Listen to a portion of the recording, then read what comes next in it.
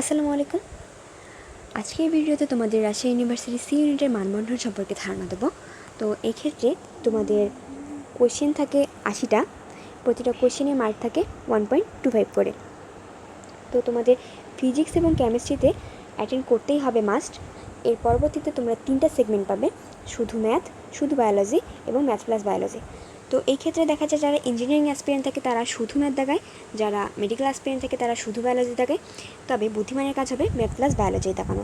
এটা কিন্তু তোমাদের কাটমার্ক কিংবা সাবজেক্ট পেতেও অনেক বেশি হেল্প করবে।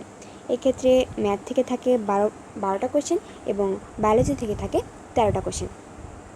তবে তোমাদের যার যেটাতে দক্ষতা বেশি সে সেই সেগমেন্টটাই কিন্তু অ্যাটেন্ড করো। এরপরে তোমাদের আইসিটি থেকে থাকে 5 মার্ক। এটা আহামরি কঠিন কিছু না, তোমরা বিগত বছরের কোশ্চেন যদি অ্যানালাইসিস করো তাহলে কিন্তু আইসিটির কোশ্চেন প্যাটার্ন সম্পর্কে একটা ভালো ধারণা চলে আসবে।